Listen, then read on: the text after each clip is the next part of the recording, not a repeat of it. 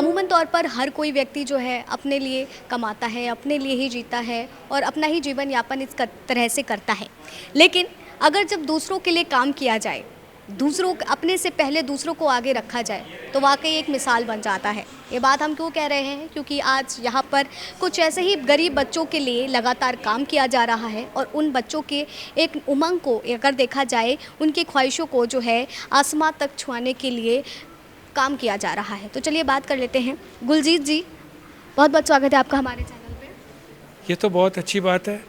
बच्चों की जो आशा है, चांद तारों को छूने की आशा, ये पूरी नहीं होती है। ये स्कूल जाते हैं, पढ़ते हैं, फिर अपने माँ बाप के साथ काम करते हैं। इनको चित्रकला में टाइम ही नहीं मिलता और ना कोई बताने वाला होता है। तो नानक साई ने सोचा ये बस्ती के बच्चों को इकट्ठा करके राम ओंकार जी जो हमारे फेमस आर्टिस्ट हैं और अर्पणा कौर की गैलरी में इनको तालीम दी जाए। और तालीम देने के बाद आप देखें इनके कितने अच्छे अच्छे काम लगे हुए हैं। इनसे इसका मनोबल बढ़ा हुआ है, बच्चों का कॉन्फिडेंस आया है और एक लाइन शुरू हो गई है। अब क्या पता बड़े होके ये पिकासो बन जाए या बड़े बड़े आर्टिस्ट बन जाए। तो ये अपॉर्चुनिटी नानक साई ने इनको दी है। एंड अमृता माय डॉटर, इन्होंने कहीं आते नहीं थे, तो इन्होंने क्या किया, इनको हैमबर्गर, आइसक्रीम लालच दिया और ये लग गए हैं उसमें आके। अब ये बहुत खुशी होगी आगे इतने सालों के बाद ये फेमस आर्टिस्ट बन जाए। इससे अच्छी खुशी की बात क्या हो सकती है? गुलजीत जी, जैसा कि आपने बताया कि अगर देखा जाए वर्तमान समय में तो पढ़ाई का प्रेशर बच्चों पर इतना हो गया है कि ये कहीं टैलेंट जो है मरहूम होते जा रहे हैं। लेकिन आप जिस तरीके से उनको तालीम दे रहे हैं, उनको आगे बढ़ा रहे हैं, अपने में काबिल तारीफ़ की बात है। आप काफ़ी अनुभवी हैं, आपने जीवन को काफ़ी अच्छे जिया भी होगा, हर चीज़ देखी होगी समाज में। लेकिन चित्रकला आपके हिसाब से क्या होनी चाहिए और क्या कुछ उसके मायने होने चाहिए? देखो, चित्रकला जो है उसकी अपॉर्चुनिटी या उसका बच्चों को उत्साह करने के लिए बहुत कम है हमारे देश में। तो इसी रीज़न के लिए चित्रकला को हमने बढ़ावा दिया है, होप के साथ, आशा के साथ। तो इनमें से कई बच्चे फेमस आर्टिस्ट और मास्टर बने। तो ये अपॉर्चुनिटी नानक साई ने और अमृता ने और अर्पणा कौर जी ने दी है अपनी गैलरी दे के। अब ये हम चाहेंगे कि ये बच्चे आगे तरक्की करें। और मैं जब इनसे बात कर रहा हूँ, मैं जो बोलूँगा, छोड़े नहीं, आज परिश्रम करना पड़ेगा, मेहनत करनी पड़ेगी और तभी ये सक्सेस होंगे। अब होप करते हैं आगे इनमें से 25-30 बच्चों में से 4-5 भी मास्टर बन जाएं तो बहुत अच्छी बात है।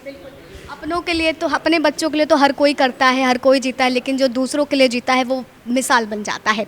लेकिन जिस तरीके से हम आपसे जानना चाहेंगे कि आखिर ऐसे क्या कुछ ख्वाब आया कि इन बच्चों की ज़िंदगी को भी संवारने का, कि आपको संवारनी है इनकी ज़िंदगी, इनके लिए कुछ अलग हट करके दुनिया में करना है? ये ऐसे है, अमृता ने जब गैलरी शुरू करी, पेंटिंग्स थी, मास्टर्स आते थे, अच्छे अच्छे चित्र देखते थे, फिर भी हम जाते थे, देखते थे बच्चे, कई बच्चे अपने कापियों पे छोटे छोटे स्केच कर रहे हैं, मगर तालीम नहीं मिल रही थी उनको।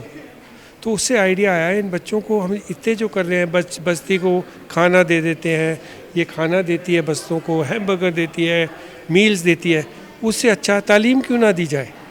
तो ये कोर्स राम ओंकार जी के नेतृत्व में ये किया गया। और इन बच्चों को ये भी बोलूँगा, हमारे प्राचीन ज़माने में हर एक आदमी का एक गुरु होता था, गुरु को लोते थे। तो अब राम ओंकार जी इनके गुरु हैं और इनको तालीम दी है और होपफुली अच्छे करेंगे लाइफ में। यही बात है और ये अच्छी बात है। और आगे मैं सोचता हूँ अमृता और नानक साई और भी ऐसे अंडर प्रिविलेज बच्चों को चांस थे। आज आपको अपनी बेटी पे गर्व हो रहा है? बहुत ज़्यादा, बहुत अच्छा कर रहे हैं, करते रहे, बस करते रहे ऐसे बच्चों के लिए, बहुत अच्छी बात है।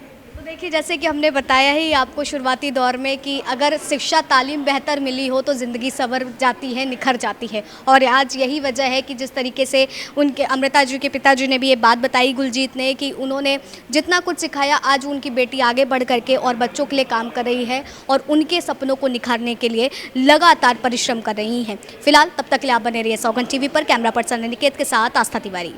आप देख रहे हैं सौगंध टीवी, सौगंध वतन की।